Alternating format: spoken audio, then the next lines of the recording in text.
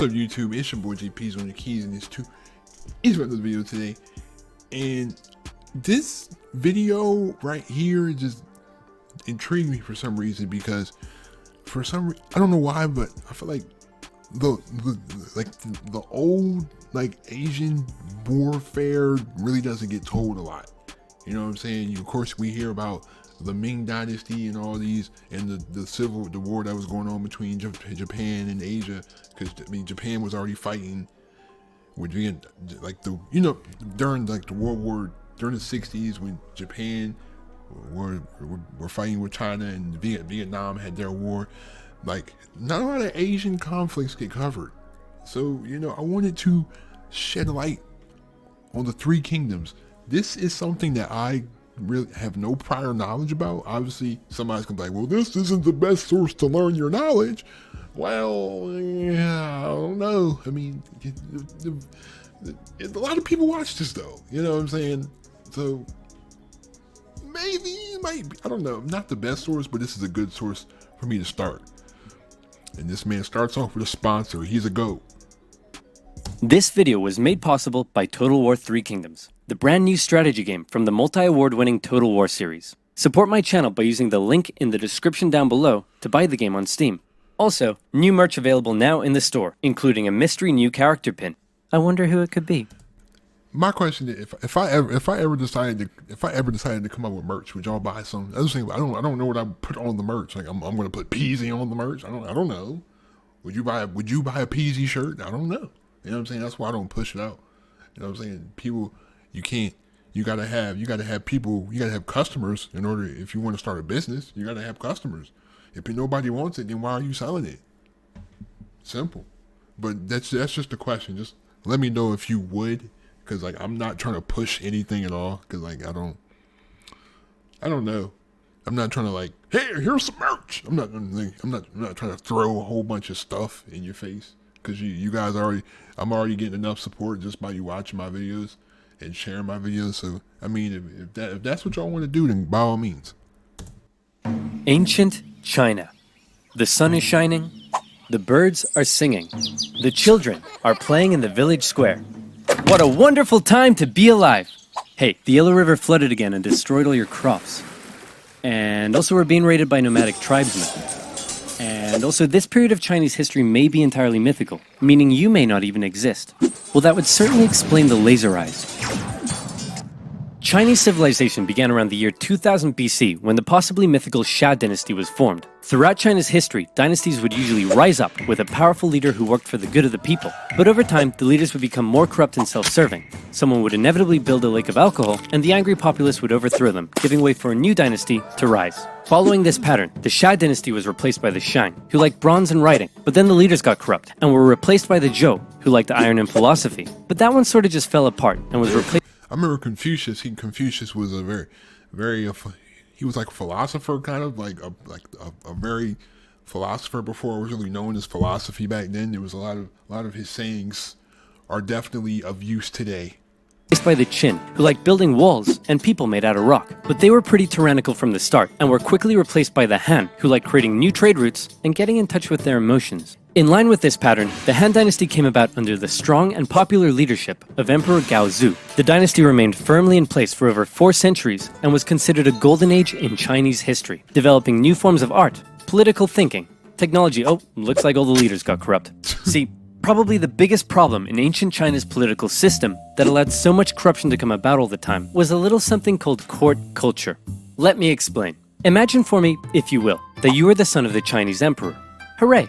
Now, apart from how weird it is that you have a ton of stepmoms and many of them would like to kill you, and also all of your friends are middle-aged dudes with no dongs, life's pretty alright.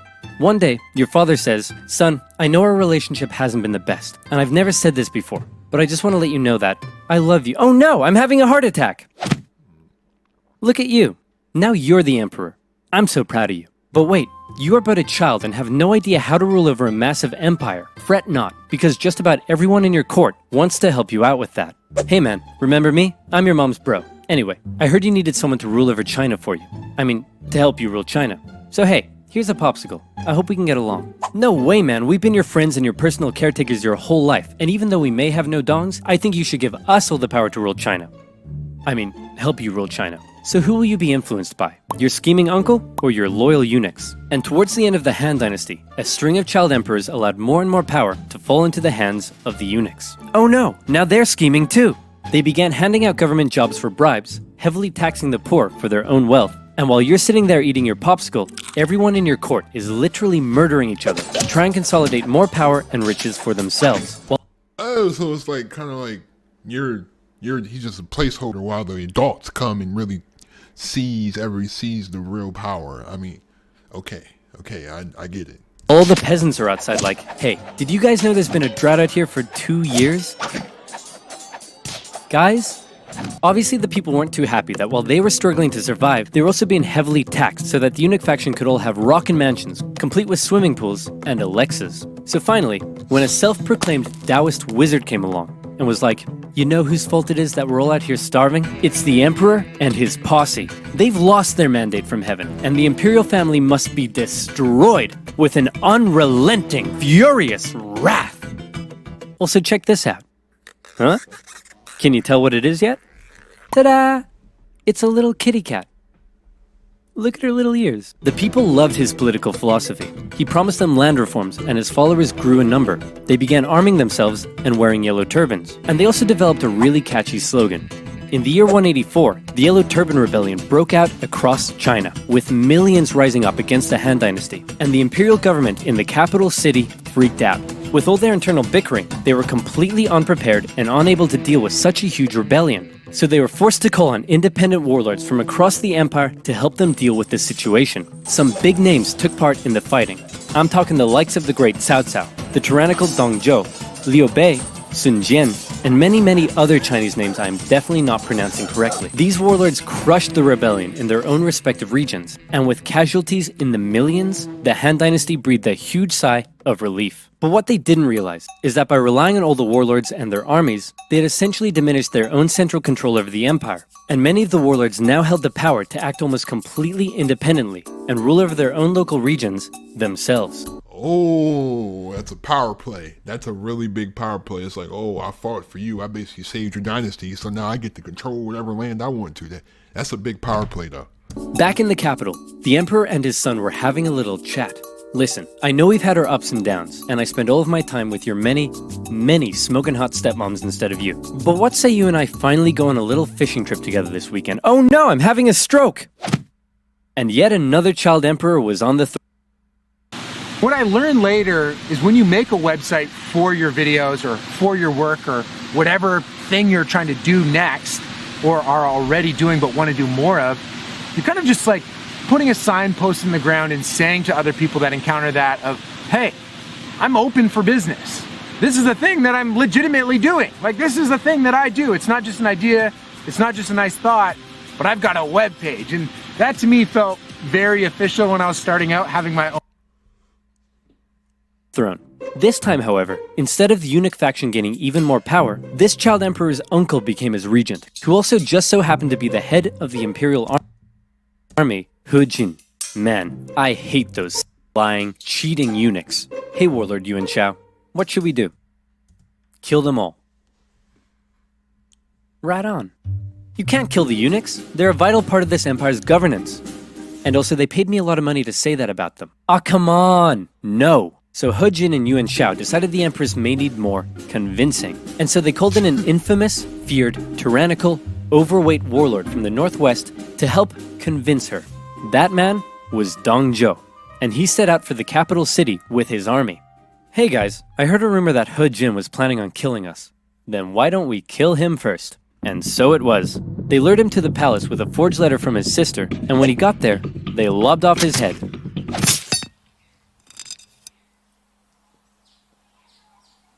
Kill them all. Imperial forces stormed the palace, and the eunuchs were all massacred.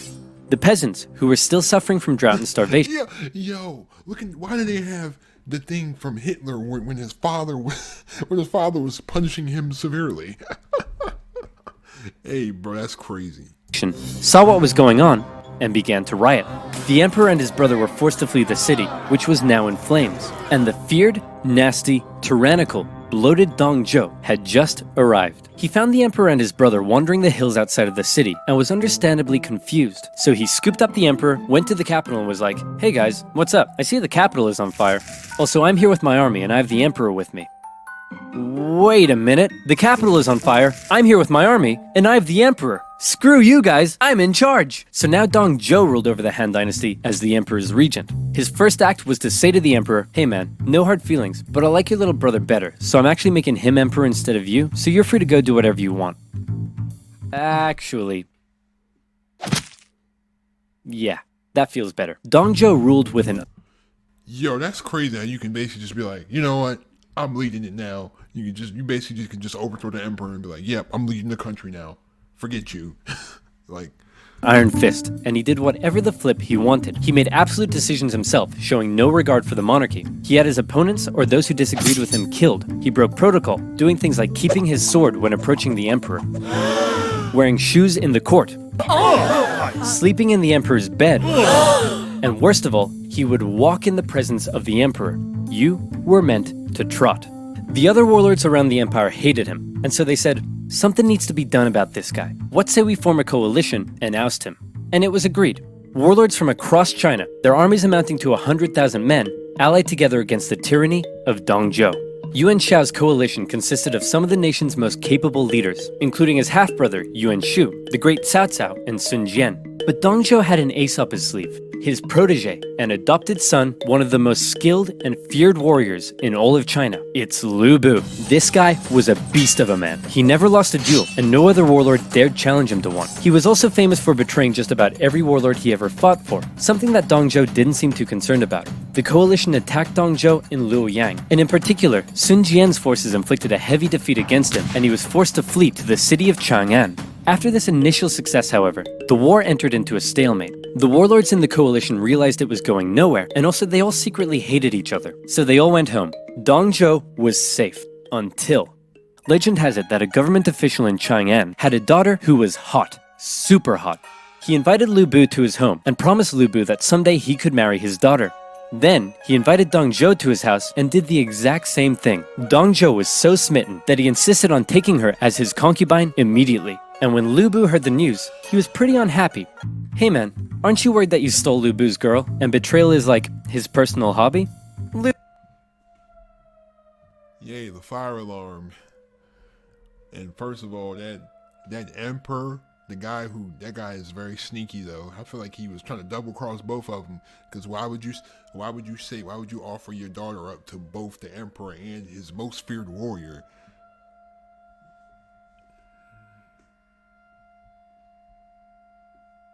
Lu Bu? Betray me? No way, man. Never gonna happen. Ah, crap. Lu Bu, along with other government officials, assassinated the tyrannical Dong Zhou.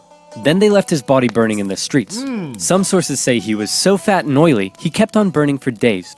Nice. So with Dong Zhou dead, and the power of the Han government essentially decimated, China was left with a huge power gap, and a ton of warlords who all slept soundly at night dreaming of being the one to fill it. Here we enter into a crazy and chaotic period of civil war all across China, with so many people, so much betrayal, so much intricacy, it makes Game of Thrones look like a Dr. Seuss publication. But just to give you an idea of how crazy and chaotic it was, see if you're able to keep up with this. Are you ready? Here we go. Here's a rough map of the warlords throughout the Han Dynasty at the time. Half-brothers Yuan Shao and Yuan Shu were both in a power struggle for who would become the figurehead of their family. Yuan Shu made alliances with warlords in the north, along with Sun Jian, the guy who defeated Dong Zhou. Yuan Shao also made alliances with Liu Biao in the south and Cao Cao, who was an amazing strategist and general. All of these warlords began fighting each other. Cao Cao began building his own strength by subjugating nearby remnants of the Yellow Turban Rebellion into his own forces. Down south, things weren't going so well for Sun Jian, as he was killed in an ambush, so Sun Ce took over. Then Yuan Shu got Sun Ce. Oh, man, these names. got pushed back to the river Huai, so he ordered Sun Ce to take the territory of warlord Lu Kang. Then Sun Ce went off to capture territory. So is that where the Mortal Kombat character? Is that where the No, that was Street. Liu Kang is Mortal Kombat. Jesus Christ, yes, that's to do with the sharp hat. Yeah, Liu Kang. In the east for himself. Cao Cao's family lived in this province over here. One day, they were murdered. Oh no, Cao Cao held the province's governor responsible, and so he launched a cruel invasion in which he pillaged cities and murdered over 100,000 civilians. The governor sent out a call for help, and a very popular, likable warlord by the name of Liu Bei came to his aid. However, while Cao Cao was away fighting, a rebellion was staged against him in his home province by none other than it's Lu Bu. Cao Cao rushed home and defeated Lu Bu, who fled to the east, which by now had been inherited by Liu Bei. Then Lu Bu, surprise surprise, launched a rebellion against Liu Bei, who fled to Cao Cao. Together, Cao Cao and Liu Bei would go on to invade and defeat Lu Bu. Lu Bu offered to join Cao Cao, and Cao Cao considered the offer. But his advisors were like, no way man, this guy's betrayed literally everyone he ever worked for. And so boo-hoo, Lu Bu was executed. Next, Cao Cao convinced the emperor to move in with him. Now he's in control of the Han government, something that made his allies very jealous. Yuan Shu, out of nowhere, decides to declare himself emperor of the new Zhong dynasty. Nobody liked that. His allies cut ties with him. The imperial government ordered everyone to kill him. He tried to flee to his brother Yuan Shao, but died of illness on the way. Sun Ce took over his territory and then got assassinated, so his brother, Sun Qian, took over. Liu Bei turned on Cao Cao, but got obliterated and was forced to flee south. Yuan Shao finally defeated the This is all this betrayal, people turning on each other, then they're ganging up and then taking down this person's territory, then let me betray you, boom, stab in the back, take the other dude's territory.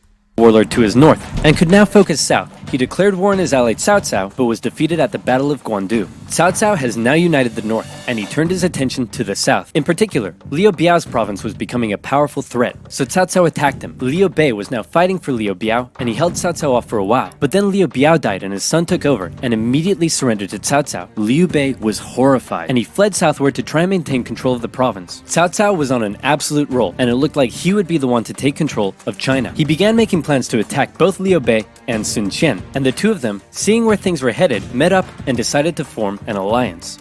Now I know that was a lot to take in, but all you really need to know at this point is that this guy is on his way to taking over everything, and he's about to throw his full weight at the southern warlords. These two have one chance, one battle, to prevent him from invading the south, and that battle was the famous Battle of Red Cliffs.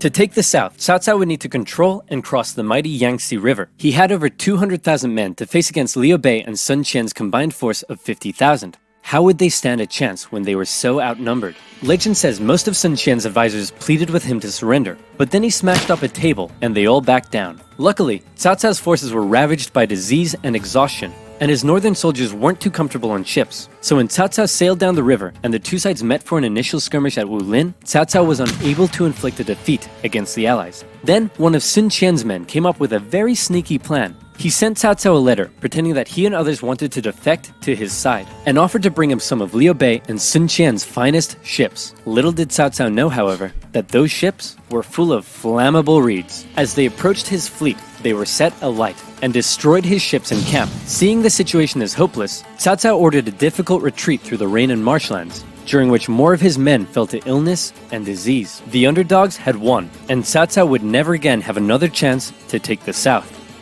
Following that, the three warlords took some time to finish off some smaller competitors in their own regions, and by the year 214, China looked a little bit like this. Cao Cao continued to try to penetrate the southern regions, but had no success, and even lost the Hanzhong region to Liu Bei in 217. The former allies eventually fell out over who should own this territory here, with Sun Qian coming out on top. In 220, Cao Cao died of a head disease, and was replaced by his son, Cao Pi. Cao Pi convinced the Emperor of Han to abdicate, and then proclaimed himself the Emperor of the new state of Wei. Liu Bei followed suit, declaring himself the true Emperor of Shu Han. And a few years later, Sun Qian joined in the fun and declared himself Emperor of Wu. And so now you have a number of kingdoms in China. How many? Count them. 1, 2, 3. 3 kingdoms. Except, actually, they weren't kingdoms, they were dynasties. And when the 3 kingdoms finally formed, not a whole lot happened. For the next 3 decades, they continued to engage in combat, but it almost always ended in stalemate, and nobody really got anywhere. So how did it all end? Did Cao Cao's descendants eventually realize his dream of unifying China?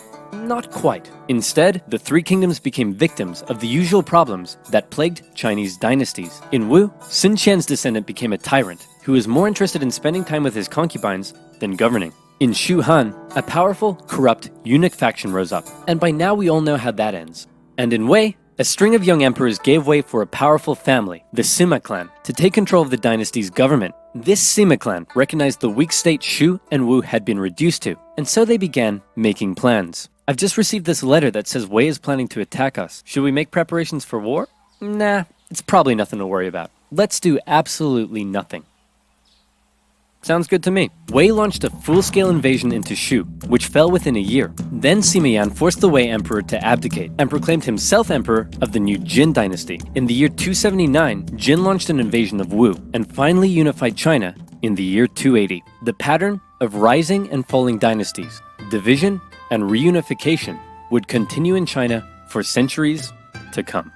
Right now you may be asking yourself, but wait a minute, what would have happened if Cao Cao had his way and unified China? Or what if Lu Bu never assassinated Dong Zhou and he continued to rule over the Han dynasty? What about if one of these smaller warlords had risen to the top? Dang it, what if I want to be a warlord during the downfall of the Han dynasty? Whoa, partner, calm down, because now you can. This Oh my gosh.